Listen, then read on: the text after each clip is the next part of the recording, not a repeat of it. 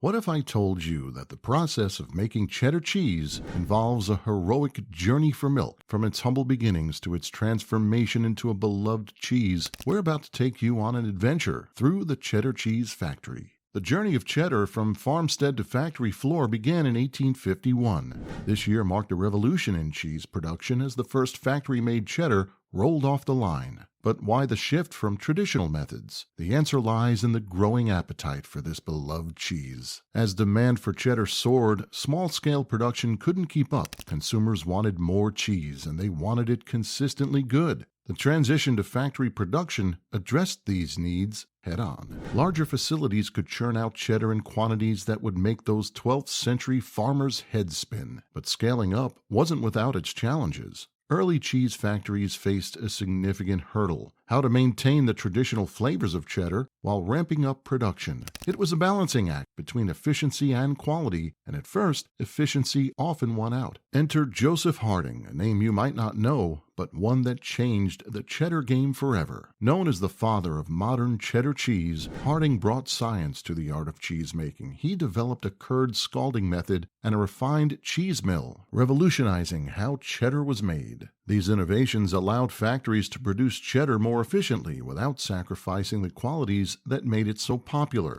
Harding's method set the stage for the modern cheddar production we see today, where technology and tradition work hand in hand. As cheese production increased, new challenges emerged. The color and texture of cheddar could vary widely due to seasonal differences in milk. This inconsistency was a problem for consumers who expected their favorite cheese to look and taste the same year-round. The solution? A little color boost. Cheesemakers began adding annatto dye to their cheddar, creating that iconic orange hue we associate with the cheese today. This simple addition solved the consistency problem and became a hallmark of cheddar's appearance. But the industrialization of cheddar production didn't just change how the cheese was made, it also shaped consumer preferences. As mass-produced cheddar became the norm, a curious thing happened. People began to crave something different, something that harkened back to the artisanal methods of old. This desire for higher quality, more traditionally made cheese sparked a renaissance in artisanal cheesemaking. Small-scale producers began popping up, offering handcrafted cheddars that stood in stark contrast to their factory-made counterparts. Today, the cheddar landscape is diverse. You'll find everything from mass-produced blocks to small-batch cloth-bound wheels. Each has its place, catering to different tastes and uses. The factory cheddar you might sprinkle on your nachos is a far cry from the artisanal cheddar you'd savor on a cheese board.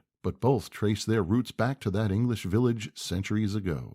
Modern cheddar factories are marvels of engineering and efficiency. They combine cutting-edge technology with time-honored techniques to produce cheese on a scale those early innovators could only dream of. These facilities can turn thousands of gallons of milk into cheddar every day, all while maintaining strict quality controls. The journey of cheddar begins with the arrival of fresh, unpasteurized milk at the factory. This isn't just any milk. It's carefully selected for its specific qualities that are crucial for cheddar production. The milk's composition, particularly its fat and protein content, plays a vital role in determining the final flavor and texture of the cheese. As the milk enters the factory, it's immediately tested for quality and purity. Any impurities or inconsistencies could spell disaster for the entire batch of cheese. Once approved, this milk is pumped into large stainless steel vats. These vats, capable of holding thousands of gallons, are where the magic begins. The first step in transforming this milk into cheddar is warming it to the perfect temperature. This process is carefully controlled, as even small variations can affect the final product. As the milk warms, specialized starter cultures are added.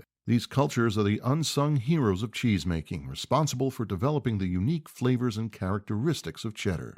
This ripening process is where science takes center stage. The starter cultures begin to ferment the milk, converting lactose into lactic acid. This not only helps to preserve the cheese, but also contributes to its distinctive tangy flavor. The type and amount of cultures used can significantly influence the final taste of the cheddar. As the milk ripens, tension builds in the vat. The cheesemakers know that the next step is crucial. It's time to introduce the game changer: rennet. This enzyme, traditionally extracted from the stomachs of young ruminants, but now often produced through microbial fermentation, is the catalyst that transforms liquid milk into solid curds and liquid whey. When the rennet is added, a remarkable change occurs. The milk begins to coagulate, forming a gel-like substance. This is a pivotal moment in cheese making, watched closely by experienced cheesemakers who know exactly when the curd has reached the right consistency. Once the curd is set, it's time for cutting.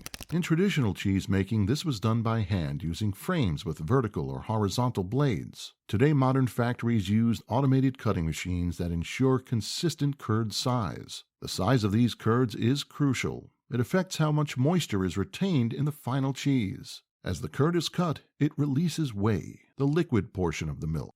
The mixture of curds and whey is then gently stirred and heated. This process, known as scalding, helps to further separate the curds from the whey and develop the right texture for cheddar. The skill of the cheesemaker really shines during this phase. Despite all the modern technology, the human touch is still irreplaceable. The cheesemaker must judge when the curds have reached the perfect consistency, firm enough to hold their shape, but not so dry that they become crumbly. Now that we've separated the curds from the whey, we're ready for the heart of cheddar making, the cheddaring process. This step is what truly sets cheddar apart from other cheeses, giving it its unique texture and flavor profile. Cheddaring begins with the curds being collected and formed into large blocks. These blocks are then stacked on top of each other on the cheddaring table. But why stack them? This isn't just about saving space. The weight of the stacked curds plays a crucial role in squeezing out excess whey and knitting the curds together. As the curds sit, they undergo a remarkable transformation. The acidity of the curd increases,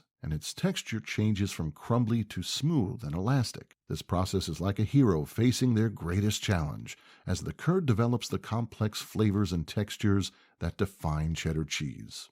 Every 15 minutes or so, the cheesemakers perform a crucial task, turning and restacking the curd blocks.